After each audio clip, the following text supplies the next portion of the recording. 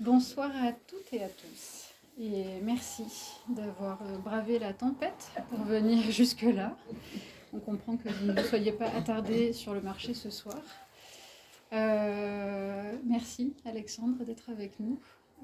Donc en introduction de cet échange, je précise pour celles et ceux qui ne le savent peut-être pas qu'Alexandre est accueilli actuellement en résidence d'écriture par les correspondances à Manosque et que c'est aussi grâce à ce partenariat qu'Alexandre est avec nous ce soir.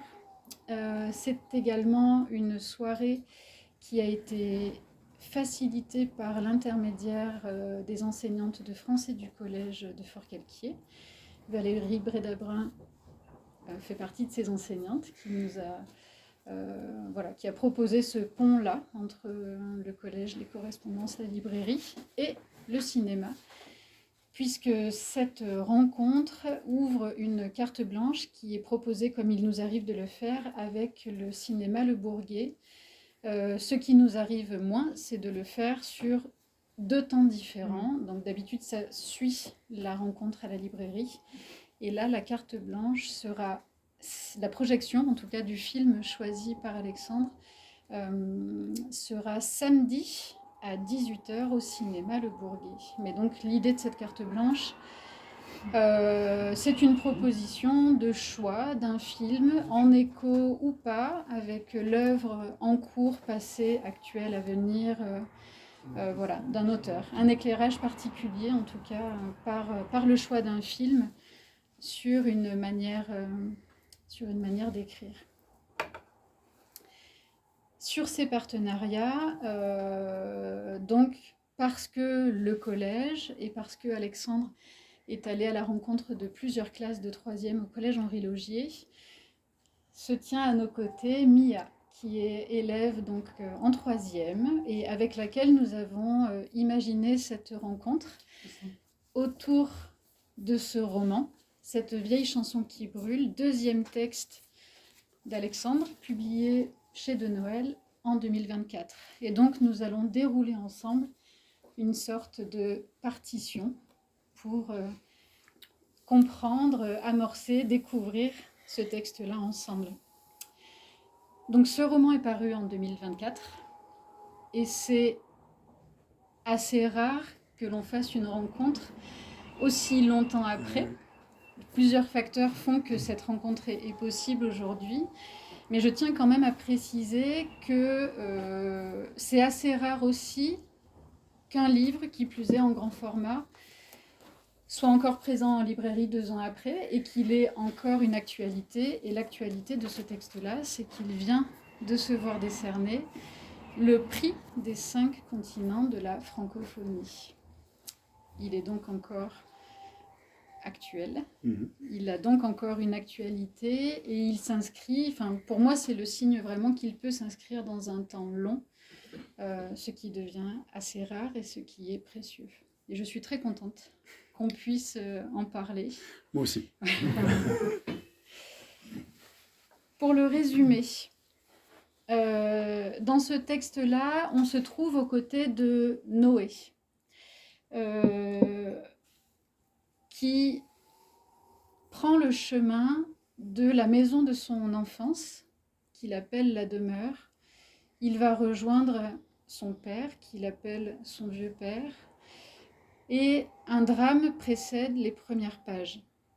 Noé entreprend ce chemin et tout va se dénouer, on va tout comprendre de son enfance, de ses blessures, du drame qui l'occupe et des raisons de ce chemin. Cette demeure se tient à l'écart de la ville, au cœur d'une forêt, et Noé et son frère Jérémie ont eu une enfance pour le moins particulière.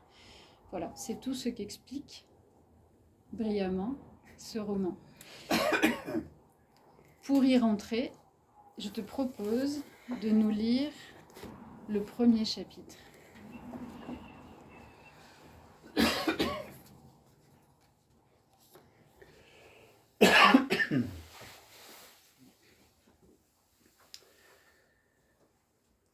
Je reviens vers toi, mon père.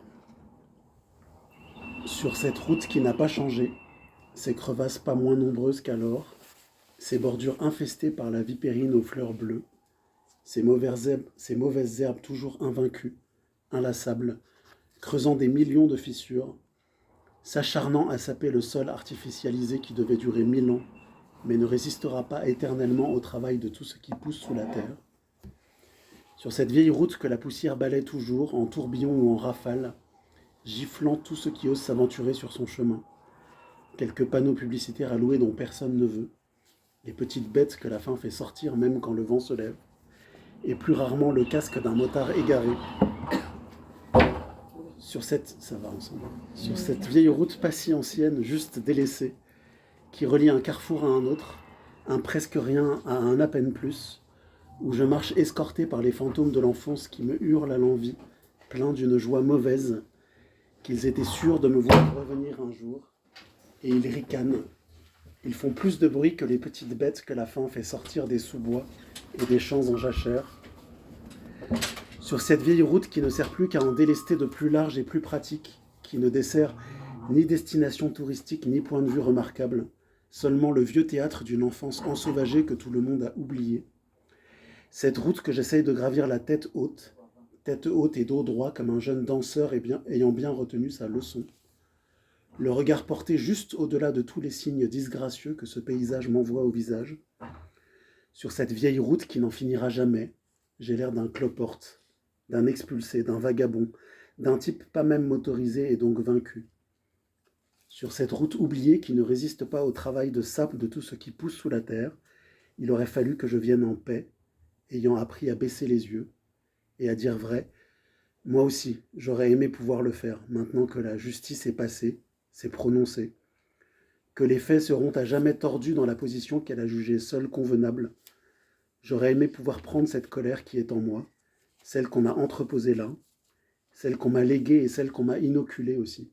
Toutes ces colères qui se sont mélangées en moi jusqu'à n'être plus distinguables les unes des autres, jusqu'à former une pâte boueuse qui m'encombre les bronches et me scelle les yeux, m'emplit les oreilles, me rend sourd à la beauté et m'empêche de dormir, m'abat dans tous mes élans et trouble tous mes repos.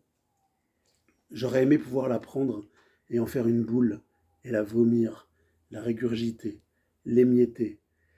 Mais je m'en rends bien compte, partout où je me suis traîné depuis mon départ, mes feulements n'ont pas été assez rauques.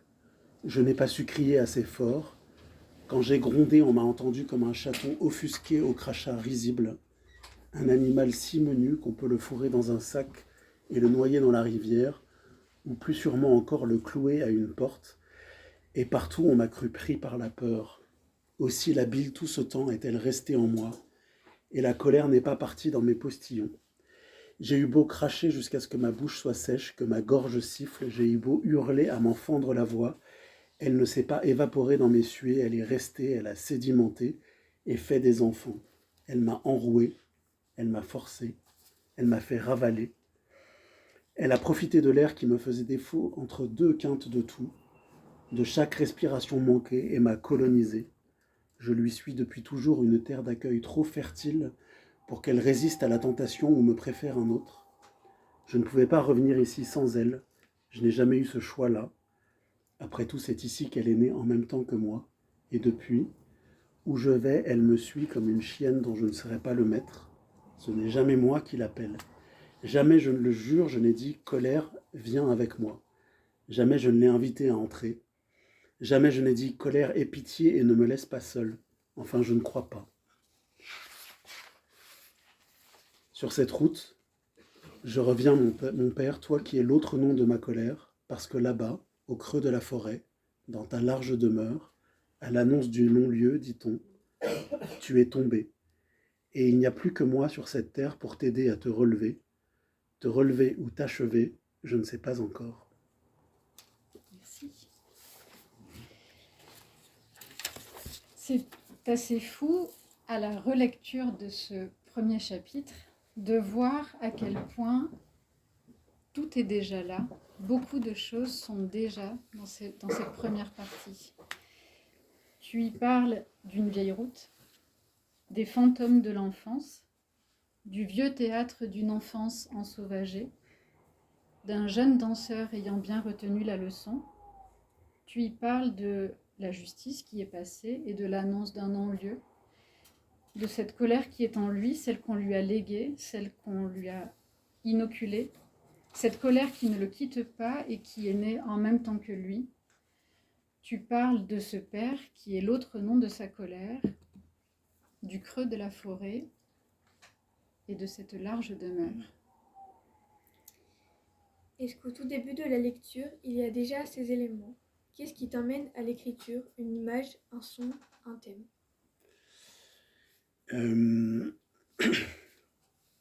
Ce qui m'emmène à l'écriture, c'est jamais une seule chose. C'est l'accumulation petit à petit de plusieurs sons, plusieurs thèmes, plusieurs images qui font qu'à un moment donné, il y a un désir de récit, un désir d'histoire, mais aussi un désir très flou, très imprécis, donc en l'occurrence, l'image d'un enfant d'un adolescent qui sort de l'enfance en pleine révolte, j'en reparlerai peut-être. L'image de deux jeunes enfants semi-sauvages en train de lutter l'un contre l'autre sans que ce soit clair si c'est un jeu, si c'est un combat à mort, si c'est autre chose. L'image d'une forêt, l'image d'une rivière qui traverse une forêt, de choses comme ça. Et donc le désir d'histoire, il est flou, mais l'accumulation de toutes ces choses-là fait que d'une certaine manière, il y a assez de confiance pour savoir qu'il y a un récit là-dedans et que je peux le trouver. Pas que je vais le trouver tout de suite, mais au début, c'est comme si je tapais dedans et je vois très vite si ça tient ou pas, s'il y a assez de matière, assez d'ampleur, assez de choses, si je vais pas tout de suite tomber dans un trou.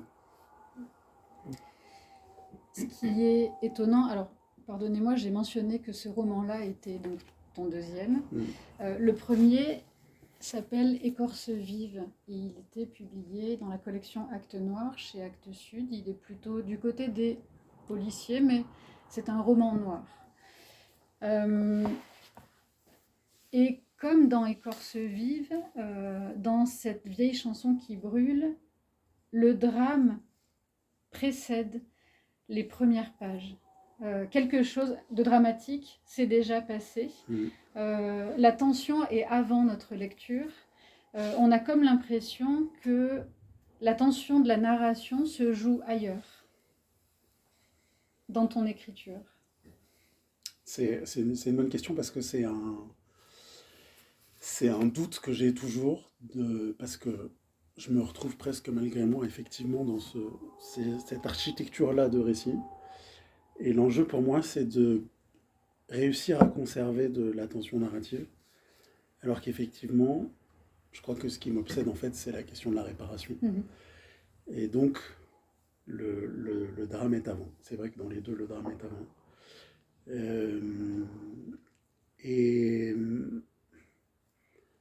Ouais, je crois que la chronique d'une mort annoncée, ça m'intéresse moins que comment on survit à ça. Comment on survit à la mort, comment on survit à la perte, comment on survit au manque. Et ça fait une architecture peut-être un peu particulière, en tout cas qui est moins ambitieuse et moins expérimentale que ce que j'espérais au début. C'est-à-dire qu'il est sur cette route et qui est une route vers l'avenir et le passé en même temps. Et ce double mouvement-là, et quand on s'attend. Alors, au début, on est juste porté par l'écriture, et puis au bout d'un moment, il y a des questions de structure qui se posent, et justement de tension. Et c'est la grande inconnue, et c'est peut-être le seul endroit où vraiment je doute encore très très loin dans le livre. Au bout d'un moment, les doutes sur l'écriture s'évaporent, les doutes sur l'intérêt des personnages s'évaporent, etc. Mais la question de la tension, elle reste assez fondamentale. Et pour tout vous dire, au début, je voulais que en fait, le fil du passé est assez linéaire finalement. On les prend au début de l'enfance et je les amène petit à petit jusqu'au drame et jusqu'à l'instant présent. Et moi, dans ma tête, au début, je voulais que ce soit beaucoup plus déstructuré que ça. J'imaginais que chaque élément de la route, chaque élément du décor de son enfance lui ramène des souvenirs, mais lui ramène des souvenirs dans le désordre. Ça me vient notamment de... Enfin, cette envie-là, en tout cas, me venait de Lobo Antunes, qui vient de mourir, qui était donc grand écrivain portugais, psychiatre de formation, et qui disait qu'un personnage ne pense jamais seulement au temps présent, il est tout le temps dans un récit, dans une histoire, il est tout le temps avec des choses très simples, mais normalement, la psyché humaine, c'est que dans chaque moment, on est avec tous nos souvenirs. Alors chez lui, ça fait des textes très touffus et des emboîtements très compliqués que moi je trouve très beaux. Enfin, qui rend simple, c'est très compliqué, mais il les rend simples. J'avais une idée comme ça, et puis bon, je me suis rendu compte que j'étais pas encore le bon touriste. Et ça s'est assez vite imposé, le trait plus clair, plus simple. Et voilà. Et la question de la tension narrative, elle va aussi avec l'écriture, avec la forme du livre, parce que j'ai mis très longtemps à trouver cette forme du livre. Là, le texte que je vous ai lu, c'est 3 pages, mais c'est 2 phrases, peut-être 3. Et de faire tenir aussi cette écriture tout du long. Il y a eu le moment d'épiphanie où j'ai trouvé cette forme, et je me suis dit, ça y est, j'ai trouvé. Je sais à quoi va ressembler le livre. Et c'était très rapide et très simple de terminer le livre à partir de ce moment-là, mais c'est au bout de 5 ans et demi de travail, quoi.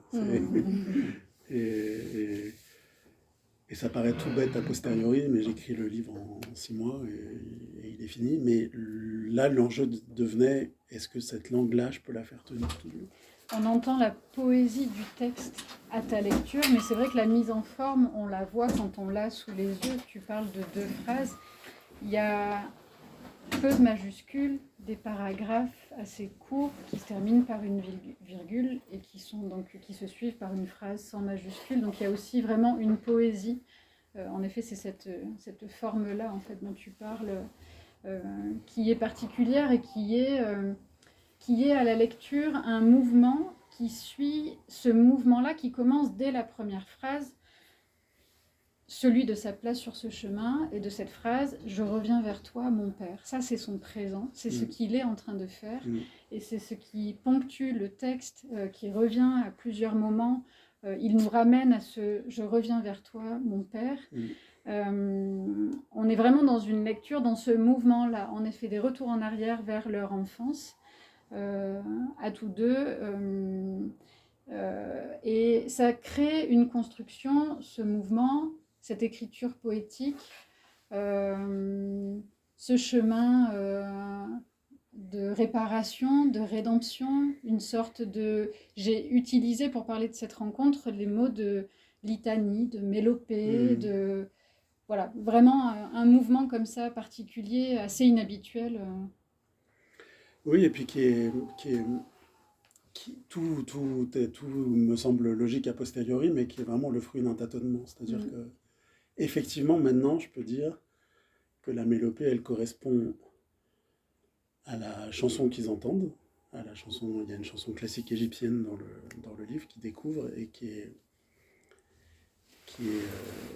l'art de la chanson classique égyptienne, donc Kalsoum et des autres, c'est l'art de la mélopée, de l'incantation, de la répétition, et donc d'une sorte de transe un peu hypnotique, mais avec des variations qui sont des espèces de démonstrations de virtuosité et de choses comme ça. Et ça correspond aussi aux états d'âme du narrateur, qui est dans l'interrogation constante, donc dans le ressassement constant, dans la répétition comme ça.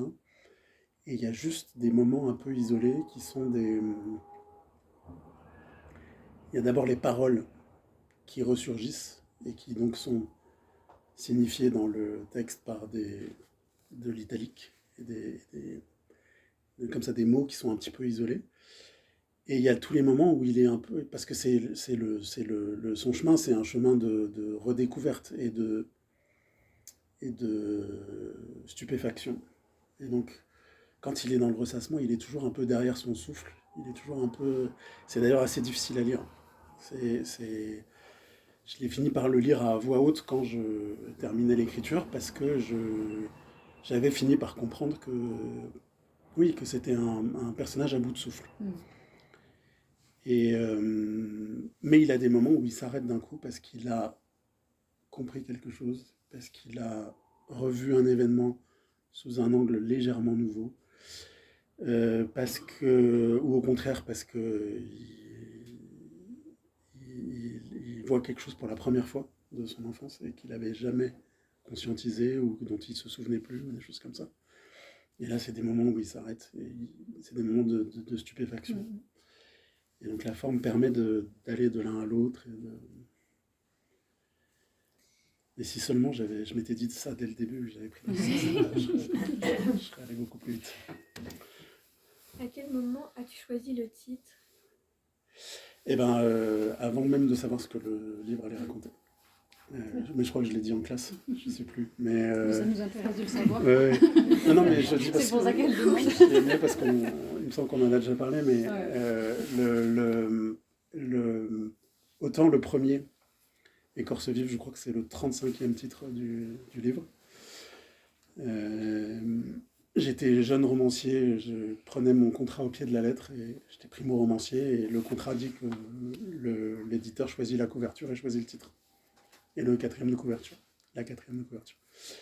Je reçois une couverture que j'aime pas et j'avais un titre de travail évidemment, mais quand j'ai signé mon contrat, la première chose que m'a dit mon éditrice, c'est ne t'en fais pas, on va trouver un bon titre. Et je savais que mon titre était mauvais, mais bon, j'étais quand même un peu... Et je reçois un titre et une couverture et je me dis, bah, c'est eux qui choisissent, quoi. Mais j'aime pas. Et je mets 2-3 jours à me dire, bon, je vais leur dire quand même que j'aime pas. Je rentre d'un dîner un peu ivre et j'envoie un mail en disant, je suis vraiment désolé, mais j'aime pas. Et elle me dit, mais ne t'inquiète pas, on va trouver. Alors la couverture, ça va assez vite. Elle m'en trouve une. Enfin, on fait 3-4 essais. C'était un renard, le premier, mais un renard qui avait une expression qui m'allait pas. Mais par contre, le titre, des propositions, des contre-propositions, des surpropositions, et à chaque fois, il y en a un des deux qui finit par dire ouais, ça non. Tient pas. Ouais. Et puis il y a le moment il y a quand même une date butoir parce qu'il faut que le livre parte chez l'imprimeur. Et je commence à vraiment stresser. Et le titre apparaît par magie quelques jours avant. Et ça, c'est l'inverse. J'ai beaucoup vu en concert un groupe qui s'appelle Alt, qui jouait souvent près de chez moi dans des bars, dans des cafés, dans des petits concerts secrets chez les gens, des choses comme ça. C'est pas du tout un groupe très connu. Et bon, il y avait plusieurs chansons d'eux que j'aimais beaucoup, et puis je crois qu'ils sortaient leur 3e album ou un truc comme ça, et un soir, ils chantent une nouvelle chanson que j'avais jamais entendue, qui s'appelle Sans mes bras. Et dans les paroles, il y a, c'est un duo, mais le chant alterne, et le chanteur dit d'où vient la joie qui fait les trous qu'on tombe dedans, d'où vient cette vieille chanson qui brûle. Et moi, vraiment, instantanément, je me dis, j'ai envie d'écrire une vieille chanson qui brûle. Et sauf qu'à ce moment-là, je ne sais pas du tout ce que je vais mettre dedans. Je sais juste que pour moi, une vieille chanson qui brûle, c'est quelque chose qui évoque Homère et la mythologie et Khalil Gibran et voilà, des choses qui... C'est pour ça que ça me touche quand tu dis que le texte est actuel longtemps après. C'est que pour moi, une vieille chanson qui brûle, c'est une histoire qui peut s'entendre partout et tout le temps. Et qui n'a pas d'âge. Qui emprunte au mythe, qui emprunte à la fable, et presque qui pourrait aussi transcender les différences de culture. pourrait se lire dans d'autres mondes, chez des gens qui ont d'autres cosmogonies, qui pensent, qui envisagent le monde différemment, et pourtant les questions centrales du livre, elles seraient peut-être perçues de la même manière.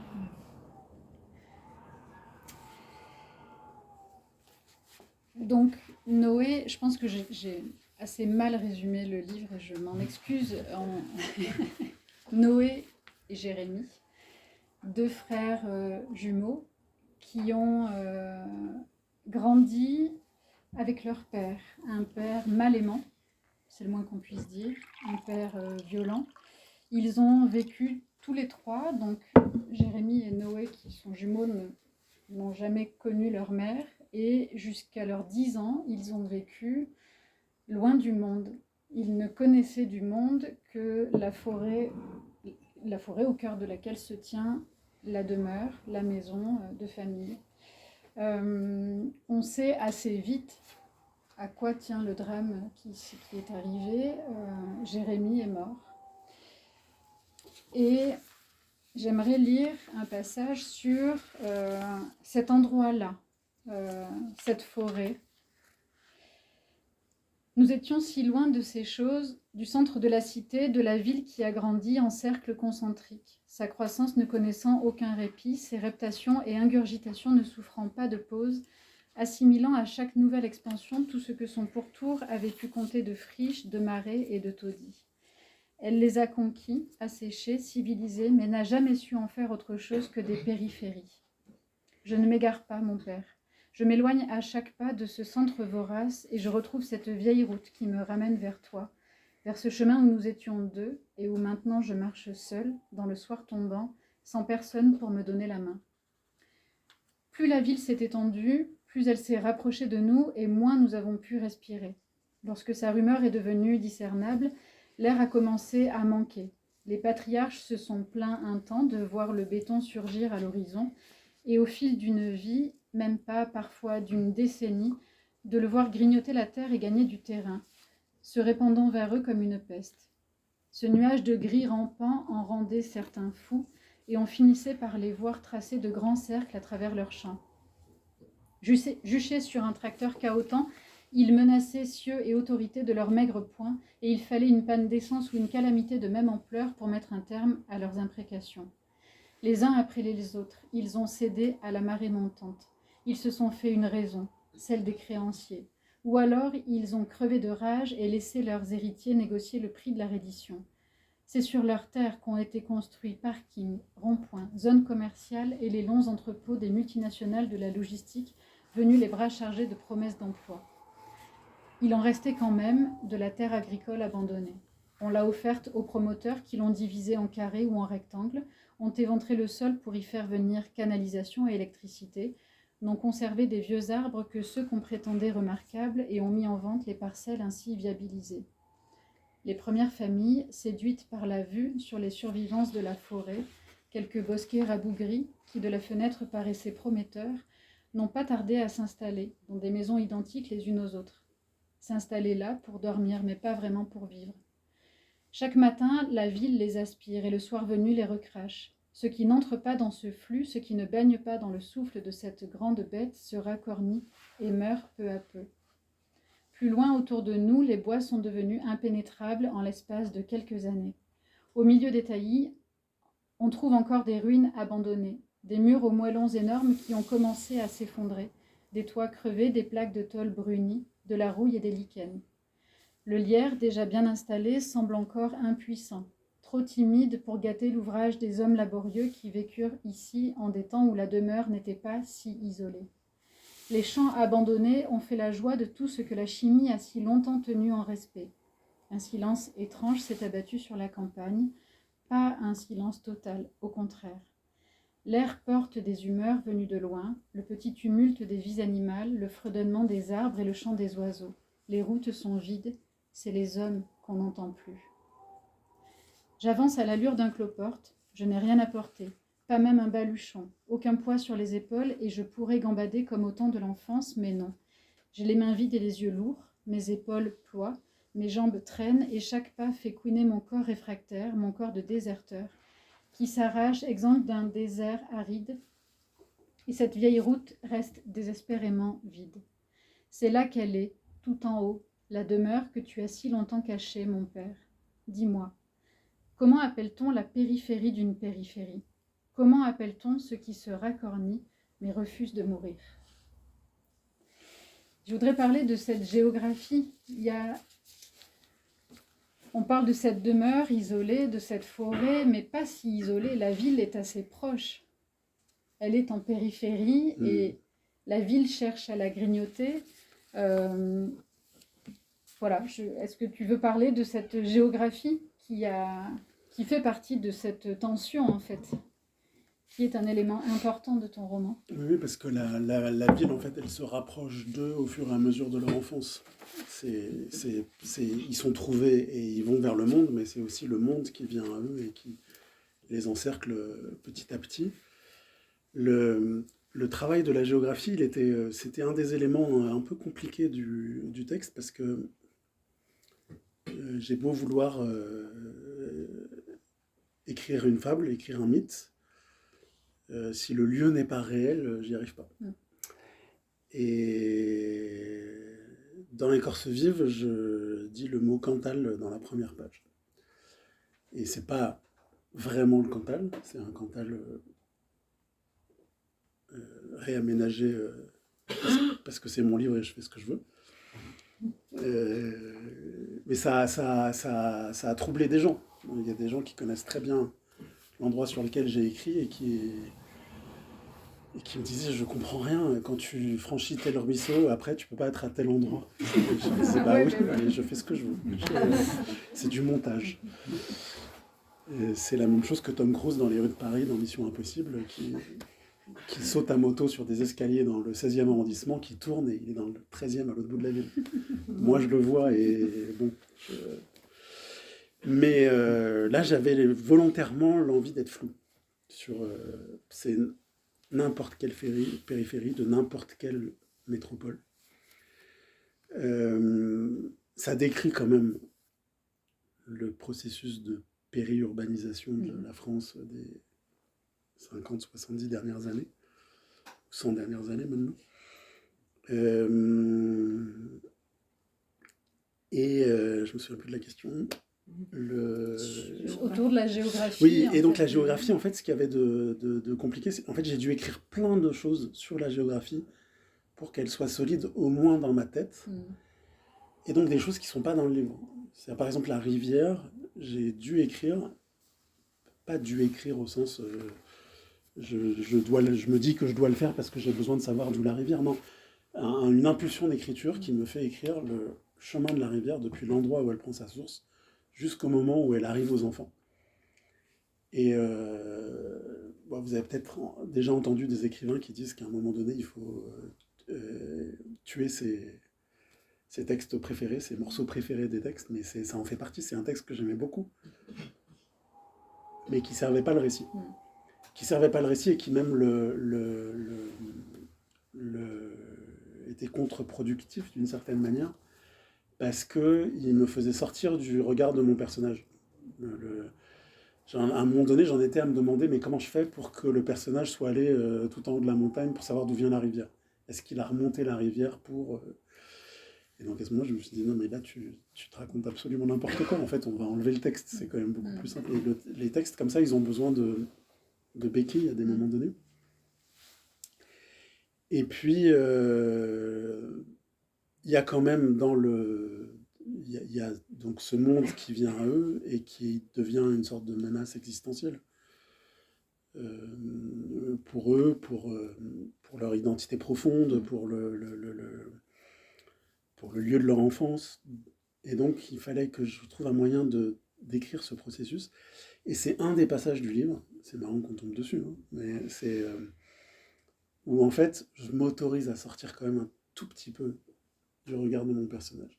C'est vraiment l'entreprise d'écriture de ce roman, pour moi, le vrai défi, la vraie difficulté finalement, ça a été de rester juste à côté de mon personnage tout du long.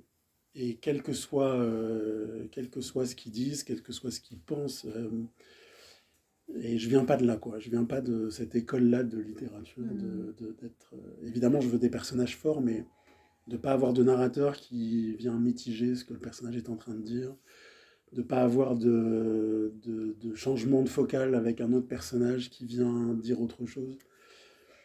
Et pour autant, il y a des moments où, comme ça, le texte impose de sortir un tout petit peu pour dire ce qui se passe autour d'eux quand même.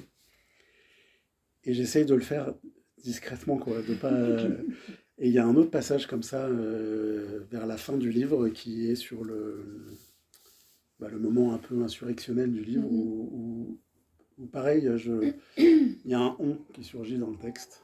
On pense que, on voit que, etc. Et donc le on n'est plus un jeu. Et c'est une question c'est presque comme une fausse note, mais pas vraiment, quoi. Il y a un des musiciens de Miles Davis, on lui a demandé en quoi consistait vraiment le génie de Miles.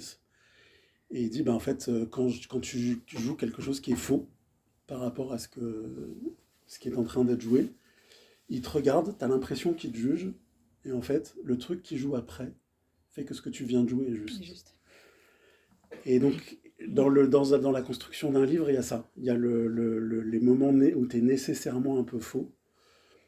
Et là, je suis dedans parce qu'aujourd'hui, là, je suis en train, sur le texte que je suis en train de travailler, j'ai des moments où ça se passe en Égypte, et il y a des moments où je dois être un petit peu didactique sur l'Égypte, son histoire, l'architecture du Caire, les paysages, qu'est-ce qu'ils évoquent, Et donc, je dois sortir du personnage. Et bon, là, le livre sera pas le même, et je suis pas si avancé que ça dans son écriture, donc je connais pas la réponse encore, mais par exemple, la tentation de réintroduire un narrateur dans le livre, quand on est confronté à ça, elle est hyper forte. Hyper forte. Un, voire deux éléments clés de ton roman, au fil des souvenirs de Noé, se dessine la relation particulière entre les deux frères, qui sont au tout début de leur vie presque indissociables, vraiment fusionnels, et au fil de la réflexion et des souvenirs qui remontent, et puis au fil de leur parcours à tous deux, des éléments viennent leur faire prendre des chemins différents. Enfin, voilà. Un des thèmes très importants, c'est celui-ci, de la fratrie. Et ils existent en tant que fratrie face au père. Noé décrit son père, donc les termes que tu emploies pour le décrire: mon père qui est tombé, vieux père, père famélique, père sans sève, mon père qui fut une montagne. C'est un père violent, alcoolique, taiseux, il les insulte, les traite de corneaux. Il y a des mots très durs. Oui. Voilà, sur ces éléments très particuliers. On parlait des images tout à l'heure. Une des images, c'est une statuette africaine d'un esprit, une sculpture, et c'est un esprit qui a deux visages. Donc ça évoque Janus. Et moi, dans la gémellité, je voyais ça. Et je voyais cette relation comme étant une relation suffisamment fusionnelle pour qu'en fonction de ce que le monde apporte, de ce que le monde oppose à ses frères, ce soit l'un ou l'autre qui soit devant. Et je vois là-dedans une sorte d'image de l'amour fraternel absolu, quoi. D'être capable de se mettre devant l'autre, de le protéger et d'être son intercesseur. Tu écris: tout ce qui était souterrain chez toi apparaissait au grand jour chez lui. Donc chez toi, le père, apparaissait au grand jour ce qui les différencie. Le même corps que le mien, avec plus de courage. Oui. Alors après, il y a ça dans le livre, c'est que son chemin à lui, je pense, c'est un chemin... Je disais que j'étais obsédé par la réparation, par l'idée de la réparation. Et je pense que son chemin, justement, c'est de c'est un chemin vers la complexité, vers la nuance, vers l'acceptation, pas exactement le pardon, mais disons ouais, une sorte de paix quoi, qu'il trouve il sort petit à petit de l'idée de départ un peu schématique, qui veut que son père soit un tyran et rien qu'un tyran, et que son frère soit un héros et rien qu'un héros. Et petit à petit, par exemple, tu dis alcoolique, et moi je ne l'envisage pas comme un alcoolique. Il a des moments, mais est-ce qu'il est fondamentalement alcoolique? La question n'est pas tranchée. Il est extrêmement violent à certains moments, mais finalement, est-ce que la plus grande violence, c'est pas seulement, c'est plus ce dont il souffle le plus, c'est le silence, c'est pas les insultes. Et puis ils se rendent compte petit à petit, lui et son frère, qu'en fait, leur langage, évidemment, c'est le langage de leur père. Leurs mots, c'est ses mots. Leur façon d'être au monde quand ils sont obligés d'être scolarisés, de rencontrer les autres, c'est la sienne. Donc c'est pas une façon d'être au monde très civilisée, mais c'est la sienne. Et puis le frère qui est un intercesseur et un protecteur, et au bout d'un moment, c'est aussi un frère qui prend toute la lumière, qui passe toujours en premier, et donc petit à petit, il est capable de nommer les blessures, quoi, de dire les choses comme elles sont et de ne pas être simplement dans un jugement un peu hâtif. Et là encore, c'est pas forcément prémédité de ma part, mais c'est comme ça que le texte a grandi de manière assez organique vers ces choses-là. Et puis quoi, je sais plus. Il y a quelque chose qui se joue aussi dans la symbolique de leur prénom et de leur nom. Je sais pas, peut-être. Ils s'appellent donc Jérémie et Noé reclus. Ouais. Tu dis parce que nous étions les fils reclus et nous ne savions pas ce que ça voulait dire, parce que nous portions des prénoms de prophètes et nous ne savions pas ce qu'ils signifiaient. Oui. Ils sont pas anodins? Non, ils sont pas du tout anodins. Et encore une fois, c'est comme la correspondance entre la forme, la chanson égyptienne et tout ça. C'est là que l'écriture devient magique. C'est que moi, je choisis pas les noms pour leur sens, en tout cas pas d'abord. J'ai choisi pour la musique du texte. Et donc je sais que Noé doit avoir un prénom très court et que Jérémie doit avoir un prénom plus long. Okay. Ce genre de choses. Et après, je joue et il y a des choses qui viennent et des sons qui viennent et des choses comme ça. Et puis je me rends compte que j'ai 2 frères et que celui qui survit, c'est le prophète qui sauve le monde du déluge, et celui qui meurt, c'est le prophète que personne n'a cru. Et reclus, à l'origine, c'est un pur clin d'œil autobiographique. Mes grands-parents habitaient rue Élysée-Reclus, et j'ai toujours adoré ce nom. Après, j'ai découvert Élysée-Reclus et je l'ai d'autant plus aimé. Et donc, comme j'adorais ce nom, je me suis dit, je vais les appeler les reclus. Et puis, il y a le huis clos, les reclus, enfin voilà, tout correspond.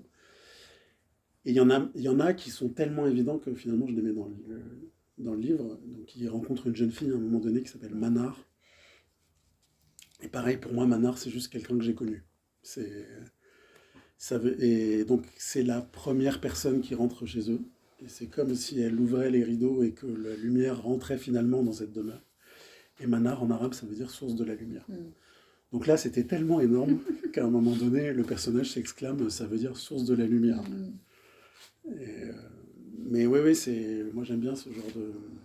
Mais c'est vrai qu'aussi, par ailleurs, j'aime bien instaurer une sorte de mécanique de petits signes ici et là, de petits indices, de choses que tout le monde verra pas, mais c'est pas grave, et qui sont comme des clins d'œil ou un petit chemin caché dans le livre. Parce que dans mon expérience de lecteur, j'aime bien ça. Et puis souvent, ça me permet aussi finalement de mettre quand même dans un livre quelque chose qui n'y serait pas naturellement, quoi, qui n'a pas de sens pour le livre. Mais je pense que le seul exemple qui me vient là, c'est dans celui-là, on comprend que père d'un des personnages était spécialiste du léopard. Et plus loin, on comprend qu'il s'appelle Mathiesen. Et Peter Mathiesen, c'est un écrivain qui a écrit sur la Panthère des Neiges, un livre magnifique. Le Léopard des Neiges, ça s'appelle. Les panthères qui vivent dans les montagnes himalayennes.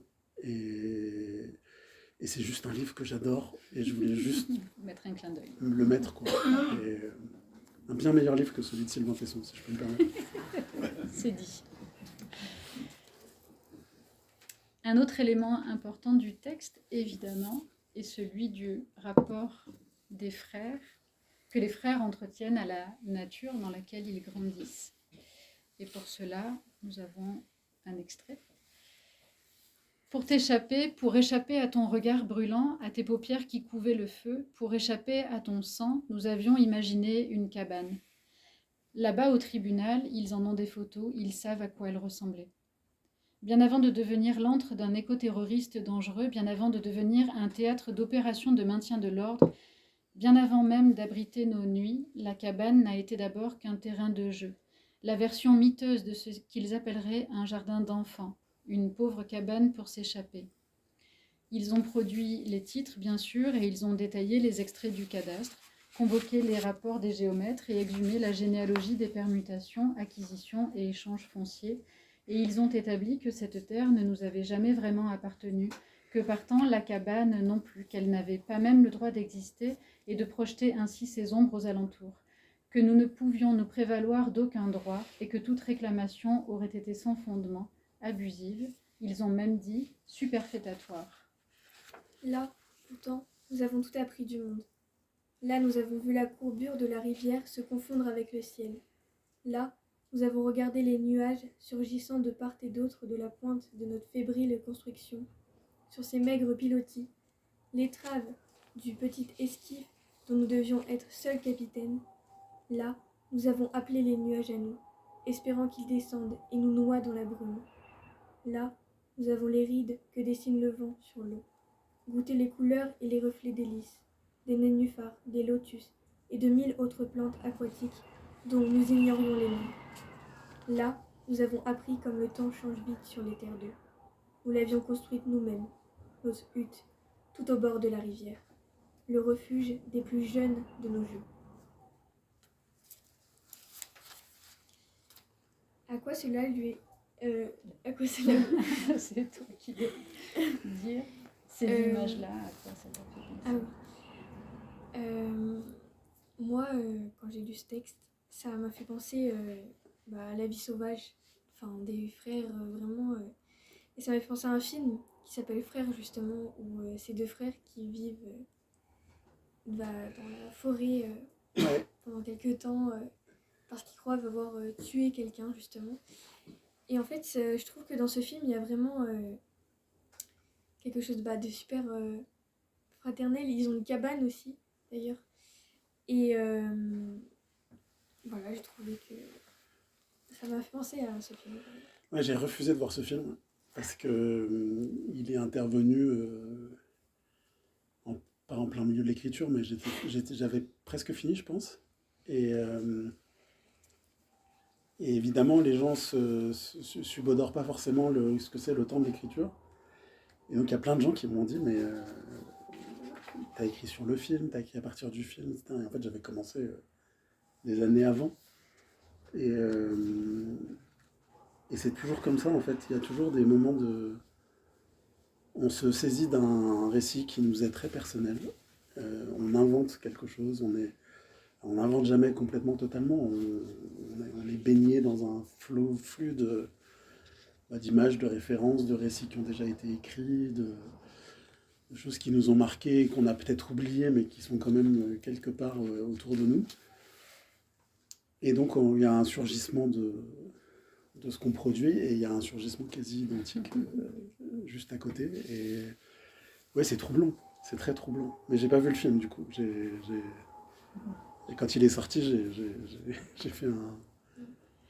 Dans leur rapport à la nature, tu décris autant des moments d'éblouissement, de partage entre eux, que des moments de sauvagerie, en fait. Cet état sauvage-là il est double et il est autant source d'une immense liberté, enfin d'une liberté en tout cas pour les deux frères, qu'un enfermement. Ouais, c'est vrai, mais j'y avais pas pensé comme ça, mais cette ambivalence-là du monde sauvage, du monde naturel, c'est quelque chose qui est très présent dans d'autres traditions, peut-être moins dans la nôtre, mais sauvage, ça veut dire qui vient de la forêt. Et la forêt, j'ai lu il y a quelques années, je sais plus où, que pour les Romains, c'était vraiment un lieu néfaste. C'était le lieu où les dieux ne nous voyaient plus. Et donc on n'était plus protégés et où c'était le lieu du maléfice. C'était le lieu de. Alors ça s'explique notamment parce que quand ils ont conquis l'actuelle Allemagne, les barbares, alors je ne sais plus lesquels, étaient tellement experts de la forêt qu'ils arrivaient à perdre les légions dans la forêt en entrelaçant des arbres, etc., et à les isoler pour les massacrer. Mais oui, la réconciliation, oui, il y a une sorte de dissociation entre l'homme civilisé occidental et son milieu. On pense toujours à Descartes, mais il y a eu plein d'autres choses. Et la réconciliation qu'on essaye d'imaginer peut-être aujourd'hui, j'ai l'impression qu'elle fait parfois l'impasse sur la sauvagerie et sur le fait que nous sommes des animaux, quoi, que le corps animal est aussi important que l'intention sociale, politique. En toile de fond, enfin en toile de fond, est très présente en fait l'absence de la mère tout au long de ce texte. Noé et Jérémie en savent très peu de choses. Le peu de choses qu'ils savent vient de leur père et est teinté de beaucoup de colère là aussi. Tu avais besoin de ce manque pour tenir le récit de cette absence. Qu'est-ce que ça dit pour toi? Est-ce que alors il y a aussi que il y a quelque chose dont je n'ai pas parlé. C'est qu'ils comprennent beaucoup de choses en ayant des éléments qui se dévoilent en fait sur l'origine de leur mère, et ils comprennent par là pourquoi leur peau n'est pas de la même couleur que celle de leur père. Voilà, autour de cette absence. Alors là aussi, j'avais noté, il y a plusieurs passages en fait qui en parlent quand même si elle est très absente. Enfin voilà, il y a des éléments qui sont très forts. Bah, c'est vaste comme sujet, mais alors effectivement, en fait, la quête de l'origine permet la tension narrative. C'est un des éléments de la tension narrative. Si la tension narrative ne tournait qu'autour de qu'est-ce qui est arrivé aux frères, ça se serait épuisé peut-être un peu trop vite. Il y a le fait que la quête des origines, elle est dans à peu près tout ce que je fais.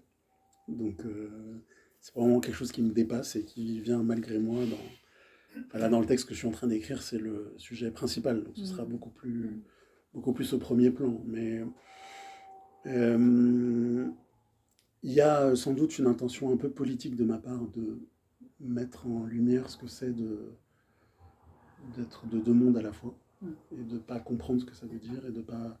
Parce que l'époque est à l'assignation identitaire. Il faut être soit ci, soit ça. Alors que la réalité, c'est que le mélange ne cesse de progresser. Et comment est-ce qu'on décide enfant qu'on est ce qu'on est? C'est quand même assez mystérieux, pour moi en tout cas. Et puis il y avait cette... pour tout vous dire, au tout début, la première version du texte, ils sont seuls avec une mère. Et en fait, la mère est remplacée par un père parce que, je crois, parce que le sentiment qui dominait le huis clos avec la mère, c'était le sentiment peut-être plus de je sais pas, de l'incompréhension ou de. Enfin, c'était un sentiment moins colérique. Et comme la colère s'est imposée très vite comme étant un des moteurs du texte, finalement, il est devenu un père. Alors, je le reconstruis hein, comme ça, mais l'absence de la mère fait une micro-société patriarcale, un système à trois bandes dans lequel la violence ne peut pas cesser parce qu'elle ne cesse de se répercuter de l'un à l'autre dans un cercle, un triangle plutôt, puisqu'ils sont trois, euh, euh, qui pourrait être infini, quoi, qui pourrait être que si rien ne change, la violence ne disparaîtra jamais. Et, et alors c'est quand je le dis comme ça, je le trouve presque, je trouve ça presque un peu caricatural, mais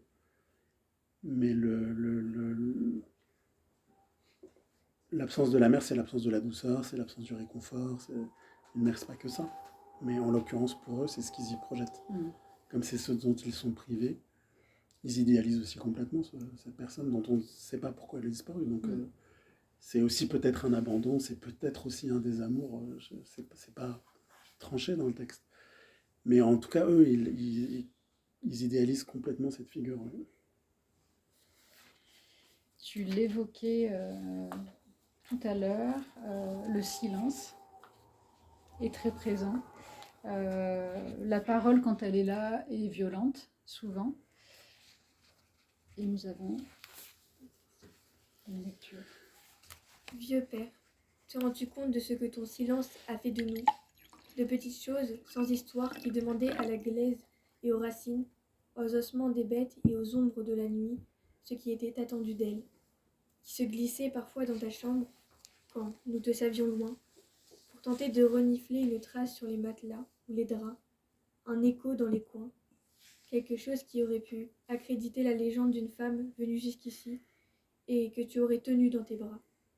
La légende à laquelle nous voulions croire, selon laquelle nous serions nés d'un amour.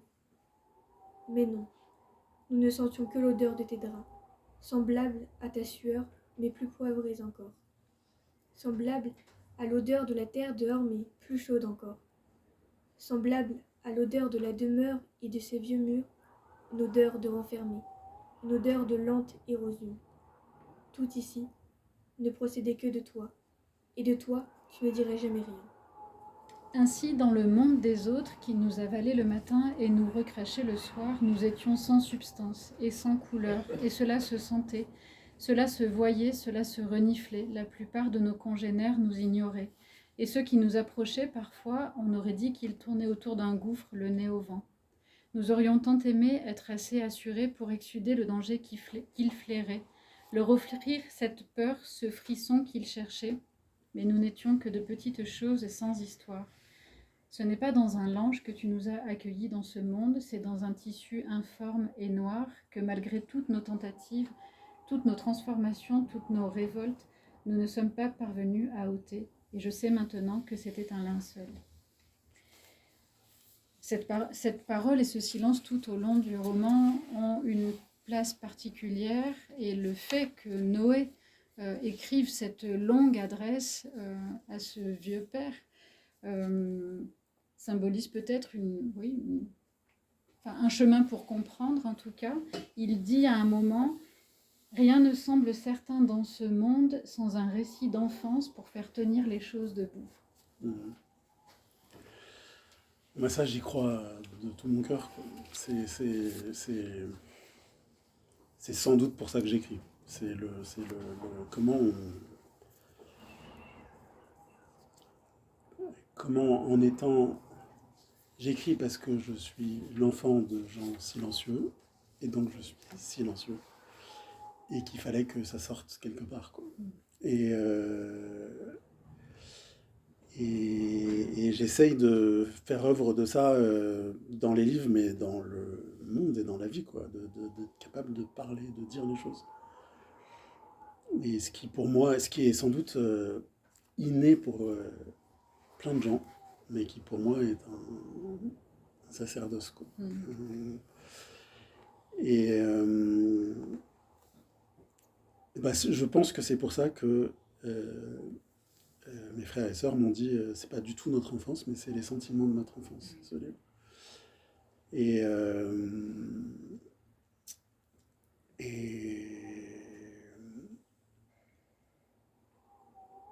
moi, c'est ce que je trouve beau dans les livres, et c'est ce que je trouve pas seulement beau, mais réconfortant, et c'est comme ça que les livres m'ont construit. C'est en me permettant de mettre des mots sur des choses qui n'étaient pas dites.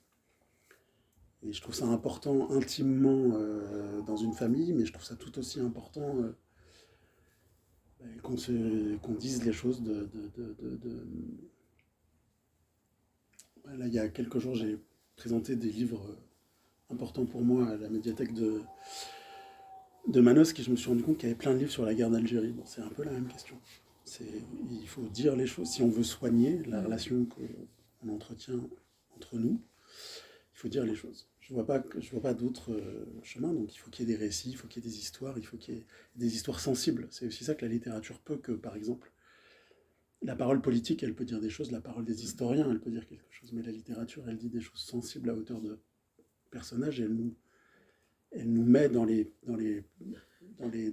pas de quelqu'un d'autre, dans son corps. En fait, on respire à la place de quelqu'un d'autre quand on lit. Et ouais, ça rejoint la question de la réparation, mais c'est très important pour moi. Ouais. Ce qui est intéressant dans ce livre, moi je trouve, c'est l'écriture, le rythme qui est donné, un style très particulier et super poétique aussi. Le récit peut être parfois lent et parfois très rapide, et c'est ça qui va donner quelque chose d'intéressant aussi à la lecture. Et est-ce que, enfin, comment vous faites pour réussir à faire ressentir ça avec le rythme, par exemple, parfois? Le rythme, c'est comme, je sais pas, c'est comme, c'est une question on essaye et on rate et on réessaye et on affine et on change. Et en fait, moi, je suis une sorte de filtre, c'est-à-dire qu'à un moment donné, je vais sentir que le rythme est le bon, parce qu'en fait, il résonne avec des choses que je ne suis pas capable de formuler, mais qui sont les émotions que je veux vraiment mettre dans le texte. Et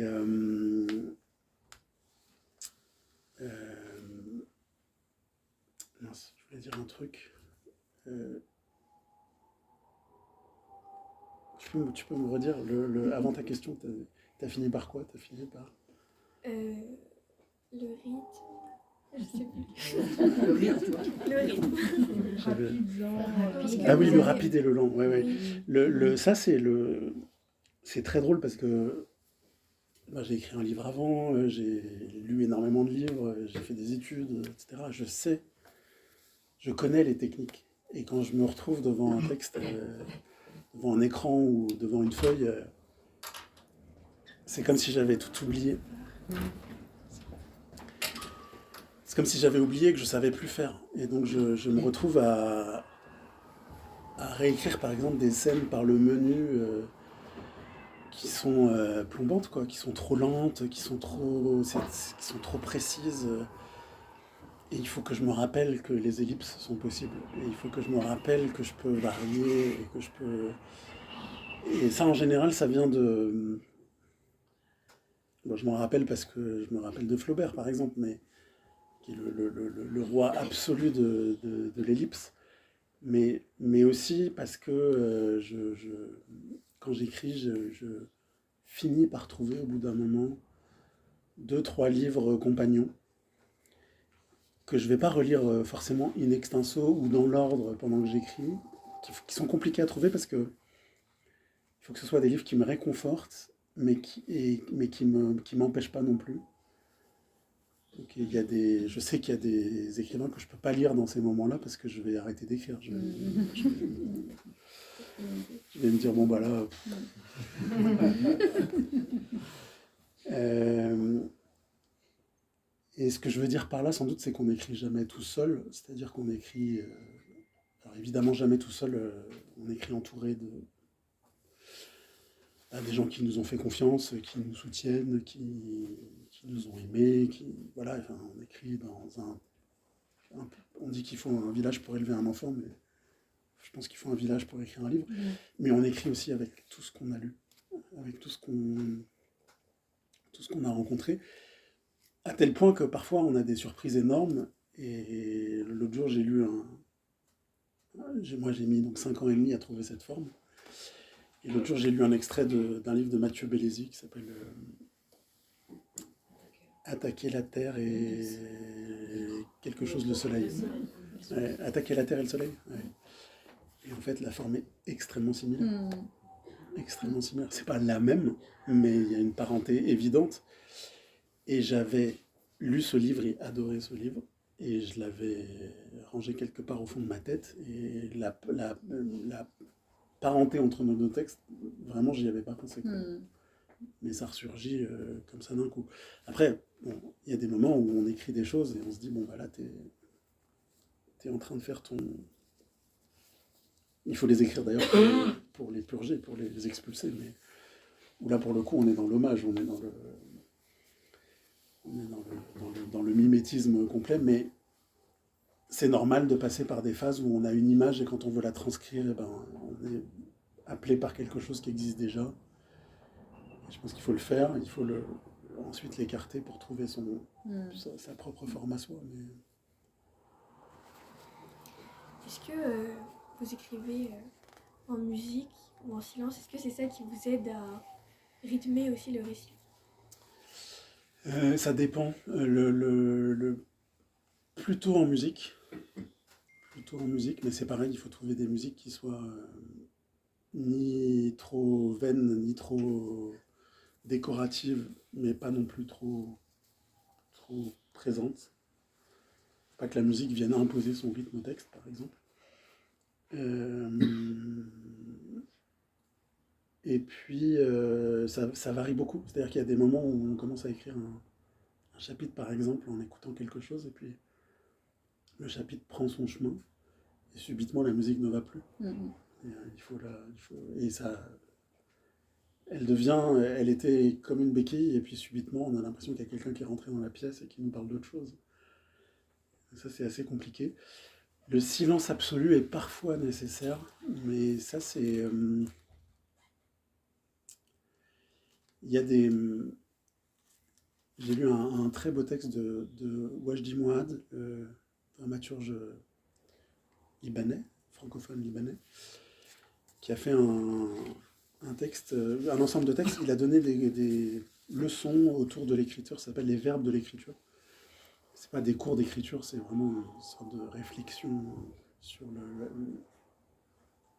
le fait de créer. Qu'est-ce que c'est créer, quoi. Et il dit à un moment donné dans un de ses textes qu'on ne peut pas demander à un lecteur de ressentir quelque chose que l'auteur n'a pas senti en écrivant. Et lui, son exemple, c'est qu'il décrit une scène avec un milicien qui tue des gens pendant le massacre de Sabra et Shetila. Et donc il dit, j'ai besoin de devenir le milicien qui... Et dans les passages du texte, parce qu'on n'est pas il y a des variations de rythme, mais il y a aussi des variations d'intensité d'émotion. Et dans les moments d'émotion absolue, là, le silence, c'est pas mal. Parce que c'est un exercice de confrontation assez silencieux, assez un pas vite, quoi.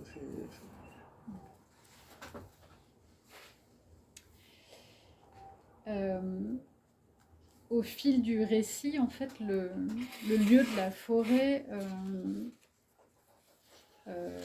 incarne un territoire à défendre, un lieu de résistance. Et il y a des endroits comme ça très importants, la demeure, on en a parlé. Tu parlais de la rivière, et on peut lire un passage, Mia, si tu es d'accord. Dans cette portion de forêt qui t'appartenait encore, vieux père, tout gravité autour de grands blancs. L'arbre que Jérémie avait baptisé comme il baptisait tout ce qui retenait son attention. Il y avait les atours d'une vieille bête, forte de plusieurs troncs, qui déployait un labyrinthe de branches et de folioles, qui vibrait dans le vent comme une section de contrebasse et qui recueillait toute la lumière du ciel. Une vieille bête qui avait cessé de croître en hauteur mais qui s'épaississait chaque jour un peu plus, qui abritait nos jeux, qui savait tout de nos aventures et qui entendait nos prières. Cet arbre nous offrait l'ombre et son odeur, la constance de ses cycles. Il nous promettait un éternel recommencement. Il était plus grand que nous ne le serions jamais, mais il nous tendait les bras pour que nous puissions nous hisser jusqu'à son sommet. Il était aveugle et sourd, mais jamais inattentif. Du mycélium qui prospérait dans ses racines, aux petits merles qui nichaient à son faîte, des rongeurs qui le dévalaient, aux deux garçons brunis qui l'enlaçaient. Il ne faisait aucune distinction entre ses enfants, et c'est de lui que tu allais nous priver. Je ne sais pas si tu veux dire quelque chose de ce thème-là. Oui, je ne suis pas à l'abri de contradictions, et donc je voulais écrire une fable, et en même temps, je n'aime pas beaucoup les livres qui ne sont pas en phase avec le monde contemporain et l'ordre social, et les questions de domination, les questions Et donc, la forêt, elle me permet ça, parce qu'elle est à la fois un lieu mythique, et puis cette forêt-là, c'est vraiment la forêt française, contemporaine, c'est-à-dire la forêt qui souffre, qui brûle, la forêt assoiffée, la forêt exploitée, la forêt insuffisamment protégée. Et c'est sans doute là, ensuite il y a des, comme je disais tout à l'heure, il y a des clins d'œil, il y a des points de détail qui ancrent le livre dans le contemporain, mais c'est surtout là que ça se joue, je crois. Et beaucoup de choses se jouent aussi dans la vie de Noé et Jérémie, avec l'apparition de l'autre. Il y a à un moment l'apparition d'un chien, Gringo. Il y a la rencontre avec une louve, Laïka. Il y a plus tard, dans leur année de 4e, la rencontre avec Manar, dont tu parlais tout à l'heure. Plus tard, pour Noé, la rencontre avec Yann. Et c'est ce qui fait à un moment aussi comprendre que ce texte est fait de plein de mouvements, et parmi eux, celui de l'apprentissage et celui de l'émancipation de Noé. Ouais, ça m'a beaucoup fait rire, mais mon meilleur ami est sociologue. Et il m'a dit, tu as écrit un bouquin qui confirme toutes les thèses de Durkheim et des suivants. La sociologie dit que la condition de l'émancipation, c'est la multiplication des liens. Et que plus il y a de liens, plus il y a de rencontres, et plus les personnes sont libres. Et ça peut paraître un petit peu paradoxal, au minimum. Surtout dans une époque où la tentation du repli est hyper forte, et où on se dit qu'il vaut mieux être barricadé chez soi pour affronter le monde qui vient. Et elle est, je crois qu'à des degrés évidemment très différents, on n'est pas tous survivalistes, mais elle est chez tout le monde, cette tentation de trier, d'écarter, Et moi le premier, j'ai des élans de cet ordre-là. Et dans un monde extrêmement polarisé en plus, où le dialogue est de moins en moins possible. Quand j'écris, je ne suis pas dans mon prêt-à-penser, je ne suis pas dans mes élans immédiats, peut-être moins... C'est pas que c'est plus pensé, mais c'est l'endroit où on peut être un peu plus aventureux aussi. C'est beau en tout cas d'avoir su écrire pour Noé ce mouvement inverse. Mais je voulais absolument le sauver. Oui. C'est-à-dire que j'avais quand même dans cette idée que je ne suis pas du tout un écrivain du happy end ou de quoi que ce soit, mais pour autant, encore une fois, la question qui m'intéresse, c'est celle de la réparation. Et donc, mais la réparation au sens Comme le kintsugi, quoi.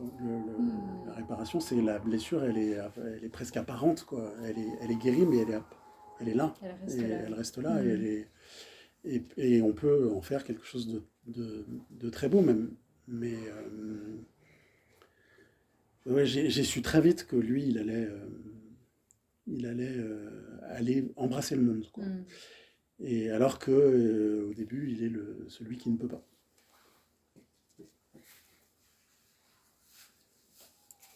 Oui,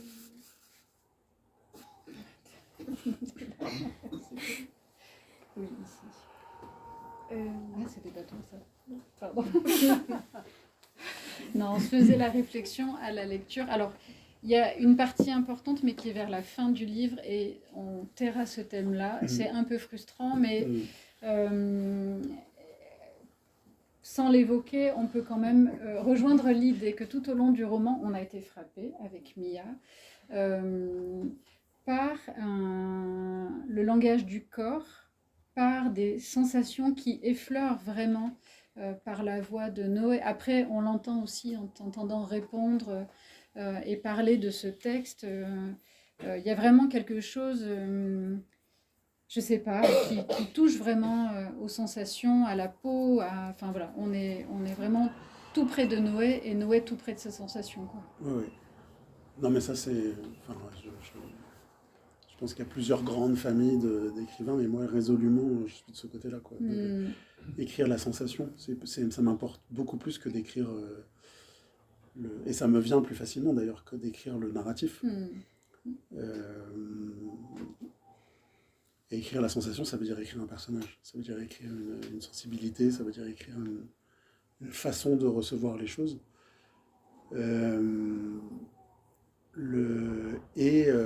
En miroir de ça, peut-être ce que je peux dire, c'est que on se fait peut-être à tort une image de la littérature comme étant une discipline de l'esprit. Et moi, je pense vraiment que c'est une discipline du corps. C'est une discipline du corps dans sa production, dans l'écriture.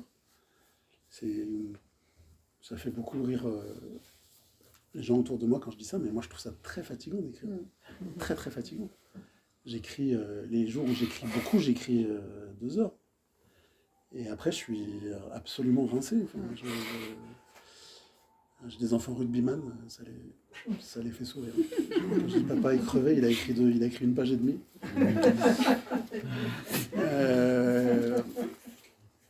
Mais c'est, enfin, moi je mets mon corps, c'est un corps qui écrit, quoi. C'est un corps qui est le coude, les doigts, Donc je pense que ça joue énormément dans cette approche-là. Et puis un des moments quand même importants dans l'écriture de ce livre, c'est le passage à la première personne du singulier, qui me vient auquel j'étais hostile. Pour des raisons très malhonnêtes. J'ai beau avoir étudié le français, je sais que le jeu n'est pas toujours le jeu de l'auteur. Mais dans ma tête, quand même, dès qu'on est au jeu, on est très proche de la confession de l'auteur, et c'est pas une littérature qui m'intéresse beaucoup. Ou en tout cas, c'est une littérature que je juge peut-être encore plus durement que les autres. Et pour autant, quand j'écrivais, j'ai commencé à écrire ce livre. Je crois qu'on commence toujours à écrire un livre comme on a écrit le précédent. Enfin, en tout cas, mon expérience jusqu'ici, c'est un peu ça. Et donc, j'ai commencé à écrire celui-là comme celui-là, c'est-à-dire avec un narrateur, avec une alternance de personnages, et ça marchait pas du tout. J'ai fini par comprendre qu'il fallait que je sois avec le personnage qui m'obsédait vraiment, tout le temps. Et que je pouvais, petit à petit, j'ai compris que je pouvais pas être un narrateur à côté de ce personnage-là. Qu'il fallait entrer en lui. Et ça vient notamment, pas seulement, c'est tout un faisceau de choses comme toujours, mais j'ai fait un atelier d'écriture en 2023-24 par là. Non, pas 24, le livre est sorti, donc ça doit être 2022-2023. Dans on appelle ça quartier prioritaire de la ville, à Tours. avec un groupe principalement composé de personnes âgées et quasi exclusivement de femmes. Et dans cet atelier, il y a une femme qui est immensément en colère. Immensément en colère. Vraiment, ça me heurtait, quoi. Ce niveau-là de colère et l'impossibilité de trouver de l'apaisement. Et je lui disais, moi, j'allume la radio le matin et à 7h25 et à 7h27, je suis en colère. Et elle me dit, moi, je suis en colère avant d'allumer la radio. Et en fait, j'ai écrit un texte, c'était un dispositif dans lequel on devait un texte de sortie de résidence qui était lu en public. Alors qui n'était plus à Tours, c'était une résidence de la région, donc c'était à d'autres endroits et elle n'était pas là, mais c'était quand même un texte pour elle et sur elle. Et c'était un texte sur la colère et sur les vertus en fait de la colère et de son expression. Et ça, je me suis dit, en fait, il faut que ce soit dans le livre. C'est un personnage en colère et donc il faut que tu embrasses sa colère du début à la fin, de A à Z, et que tu sois avec lui tout le temps et que tu le lâches pas, quoi. Et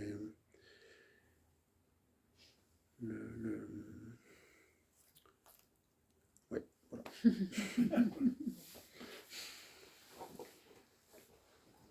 Tu es donc en résidence actuellement Oui. d'écriture. Un mot ou pas de ce travail en cours et peut-être, je ne sais pas si le choix que tu as fait dans le cadre de la carte blanche Ah ouais, c'est lié. Est lié voilà, Ouais, au travail en cours, si tu veux en dire un mot. Donc déjà, on parle la carte blanche, le film qui sera projeté samedi, c'est Le Destin de Youssef Chahine. Ouais. C'est, en fait, la façon dont j'envisage les choses, en tout cas, c'est qu'il fallait que j'ai au moins 2 livres sous la ceinture pour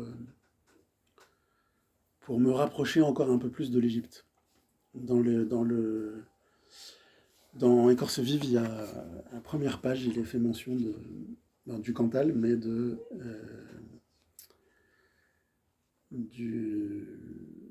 voilà, le personnage jette son téléphone par la fenêtre et l'appareil venait de lui apprendre l'extinction totale et définitive du léopard d'Égypte.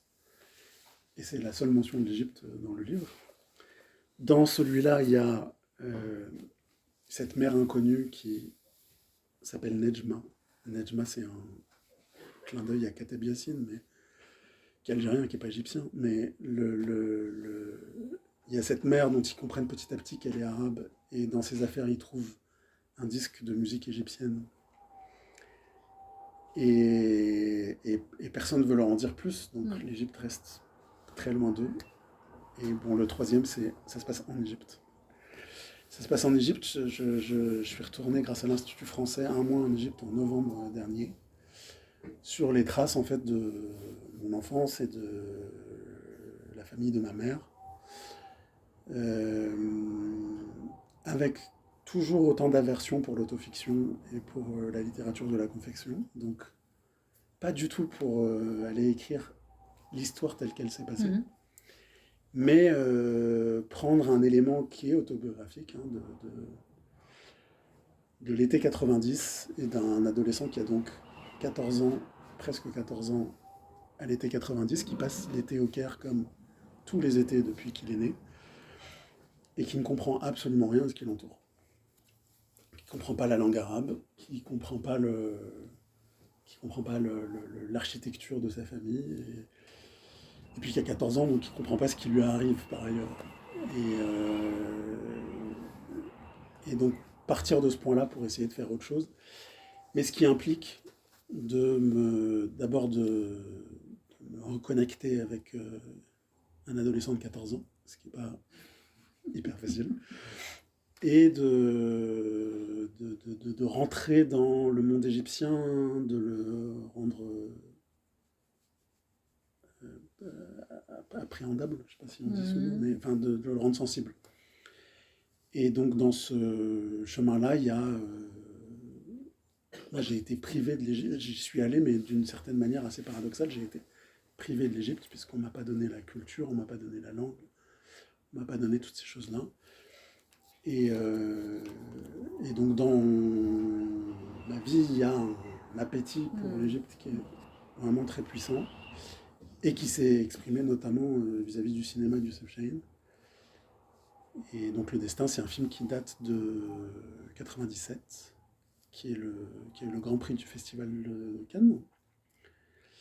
Et c'est le film par lequel je ne suis pas certain que ce soit le plus grand film de Youssef Chahine, mais c'est quand même un grand film.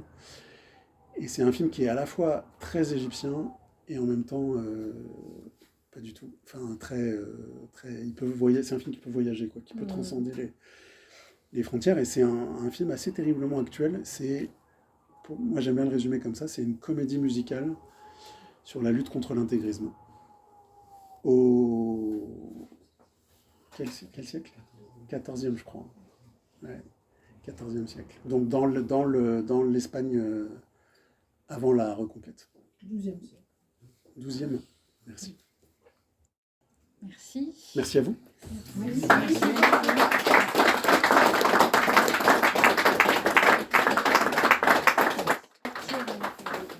Merci pour votre écoute.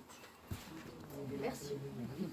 Alors, si vous voulez bien, on replie les chaises et on boit un verre ensemble. C'est sympa ça.